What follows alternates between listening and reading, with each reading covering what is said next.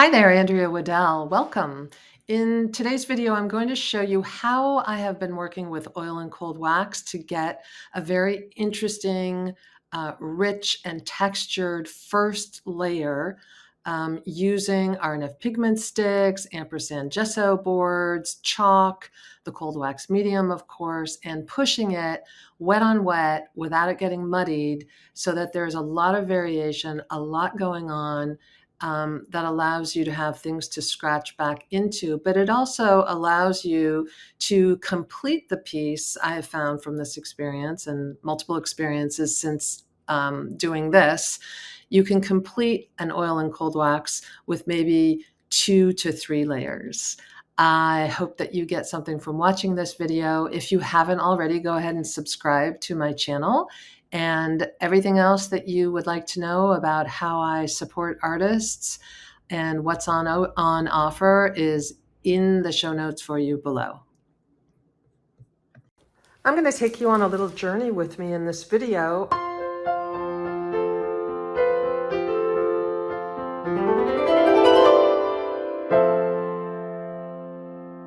I am teaching an oil and cold wax workshop this weekend.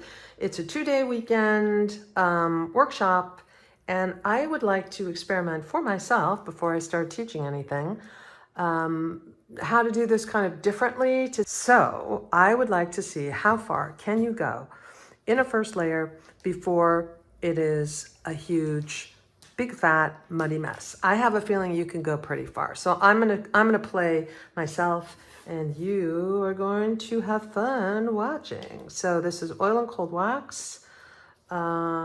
This is mixed with a little bit of Galkid gel, I believe. I have my RF Pigment sticks, and yeah, let's just take it away. Let's just see. I'm not sure. Just activating the surface in any way I can with these groovy things. I'm just going to totally play here. Let's see what goes down. Just be very intuitive and playful. And let's just see how far we get. I'm going to play with these RF Pigment sticks, but I'm going to do it a little bit differently. I am going to use this blending medium so that, because I have to transport this in my car tonight, and I would like for it to be relatively dry tomorrow, I'm going to use this medium with a dryer. I've tried it already, and I think it's pretty great. And I found out the way to use this is you just kind of use it like you would any other oil paints. It kind of takes a little bit of the fun out of it to have to blend these like this, but oops.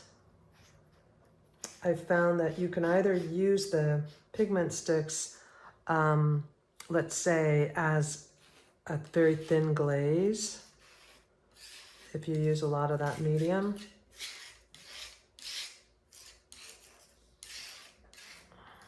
Or you can brush it on like you would any other, any other oil paint.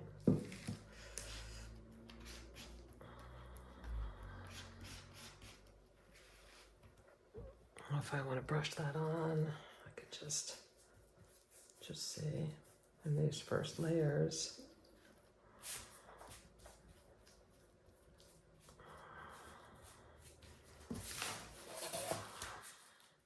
I find personally that starting light at the base like this allows me to scratch back into, lighter layers, and that usually works pretty well. I kind of like to do it that way. I have also found that when you are doing these first layers on, this is a gesso board, that using a transparent color like this one will stain this surface here, and that when you scratch back, like look, if I scratch back into this, and I was being more aggressive in my layers after this, you can almost get down to the white of the board.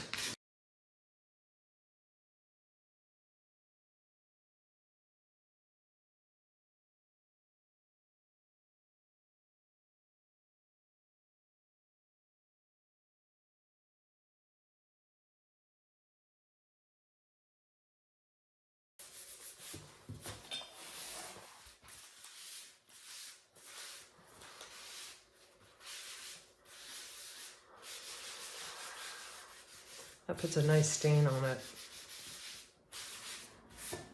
That's pretty. I don't know about you, but when I do drawing, when I make marks like this, they never really do that much for me. They usually get in my way. They make it, you know, so that you have to kind of build your composition around these little marks. But I do it when I'm doing it just to, you know, start with something. But as you can see, I'm already not liking them. I don't like where they are. I don't like what they're doing. Here's these guys. Okay. What I usually do when I'm building up my layers is I start, let's say if I'm going to start with something that's light, then I'm going to try to have a contrast. The next thing I want to do is something that's contrasted, in this case with this light yellow. So now I want to put maybe something that's darker.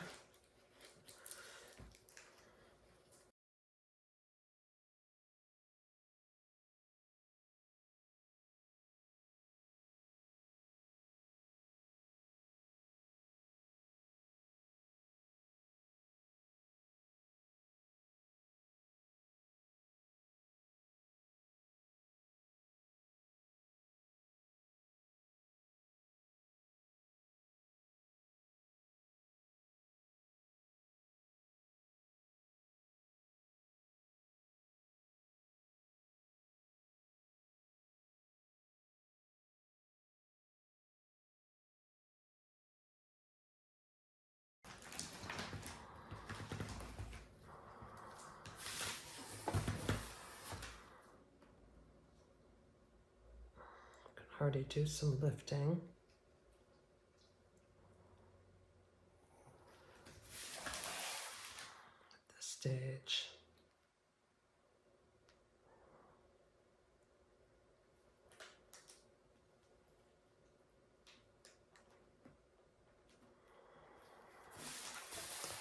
Look, it didn't really stain it very well, and that's probably because it wasn't dry enough.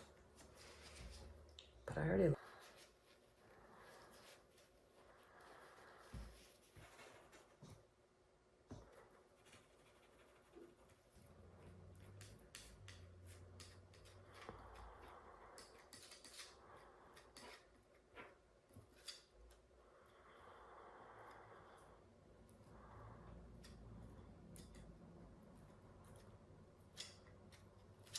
What I really want to see here is how much can I use the brayer in these first layers.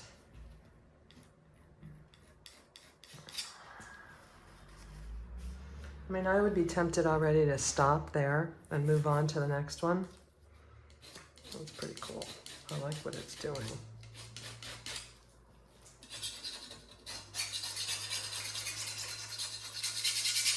But I want to keep pushing this because I really do want to see how far can you go in our first layers here. All right, let's get some. Okay, so I started with a light. On top of that, I have something that's darker, but it's warm on warm. How about my next thing is I do something that's going to be cool and dark. I'm not sure about that. I am not sure. How about I do a complete contrast? This might get really crazy, but I'm going to start with a complement. So I've gone light, dark-ish, lifted.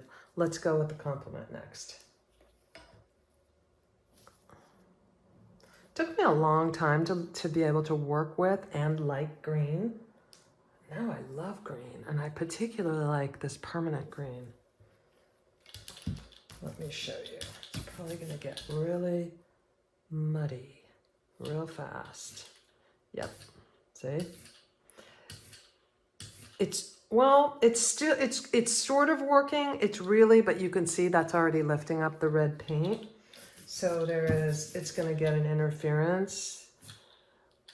And if I press, that's what happens. And that's what I have noticed about oil and cold wax in general. It is a lot of the effects come from the pressure that you are using on your brayer. And since I just messed that up, I'm just gonna lift it. Or lift it completely, and then maybe I can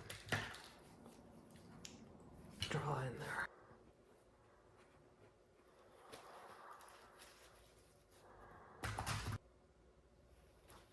I'm gonna try that brayer again, and I'm gonna try it by doing a very, very, very softly, barely touch.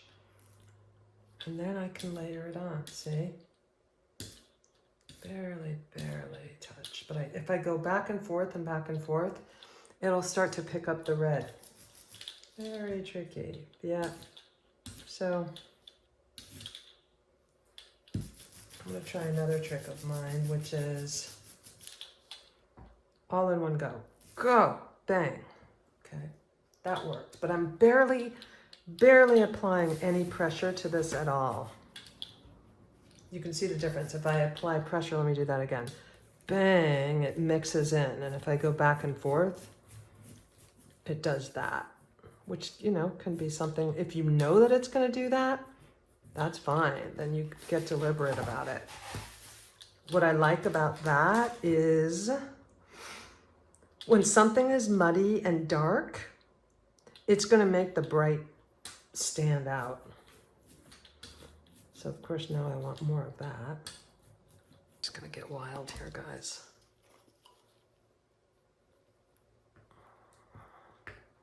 If I press hard with this, much harder, then it's gonna go all the way down to the surface and I can really work it in.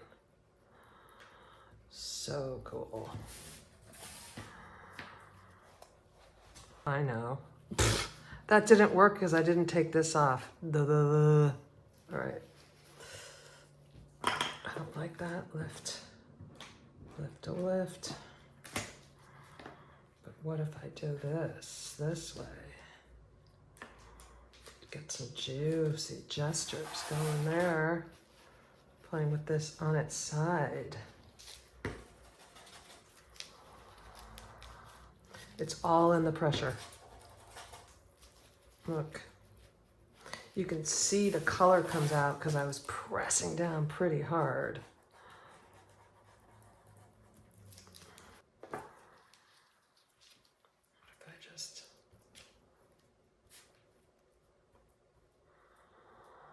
move the paint around with my brush. Oh, pretty groovy.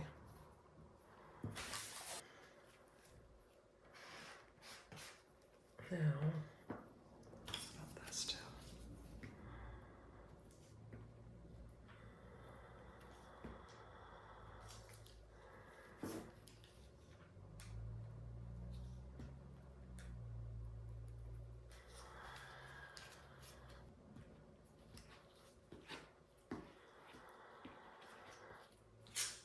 Also, what I'm doing now in terms of all in the pressure is I am trying, what happens with all the pressures with the RF Pigment sticks, and that was a light touch there. Gets all kinds of cool marks going, and I bring this back in.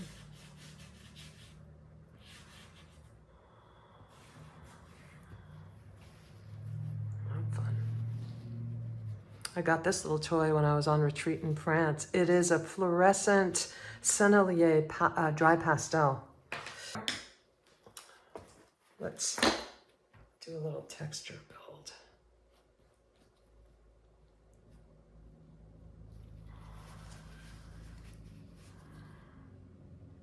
Oh.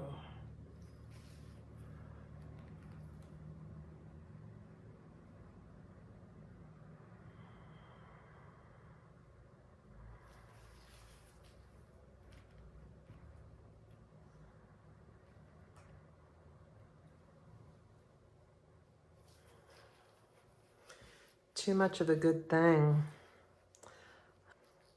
How about I bring in a warm white? It's just fun. It's just so fun to grab and pull. Look at that. Oh, so fun.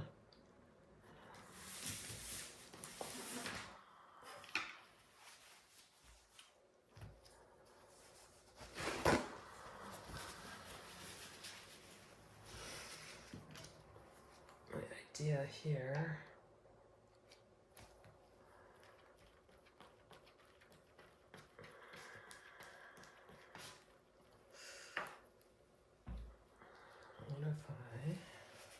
I actually think that you can do an entire piece from start to finish in your oil and cold wax. Just wet on wet on wet. I do think you can. Here's the same issue is this, unless you are applying textures, I mean, unless you are really soft touch, look, it'll interfere and you'll lose the vibrancy of the color. If you see what I mean. I haven't mastered that yet. I mean, I keep trying, but barely sliding this tool over the surface so that you can get an immediate second layer. There it is, almost. But I've also found in my experimenting that you can go too far with this and then it is too hard to work with. It becomes too textured. Takes a long time to dry.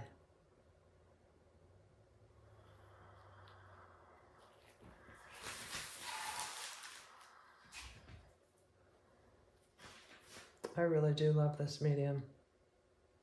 Something else I can say is that it's just, you're gonna have a much, much better result if you use these pre-gessoed boards rather than trying to gesso them yourself. Because what I have found when I gesso these myself, there's, it doesn't glide in the same way. And I can't get the same effects. It gets on my nerves. And I've tried many, many things to fix that.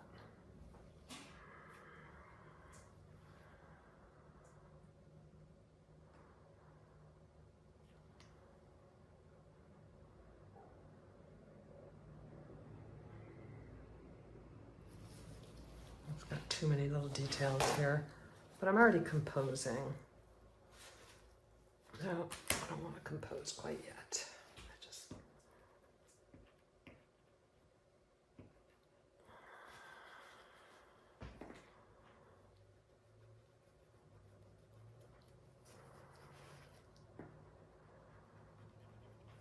Okay.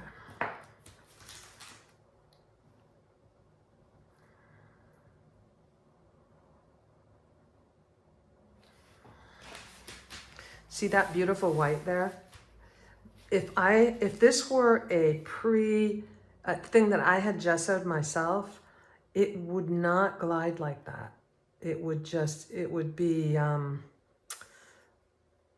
don't know what goes on, but the surface is not nearly as smooth, no matter how many times, in my experience, that I have tried to sand it down, try again, sand it. That's probably about as far as I would push a first layer, I think. I just love being able to lift it.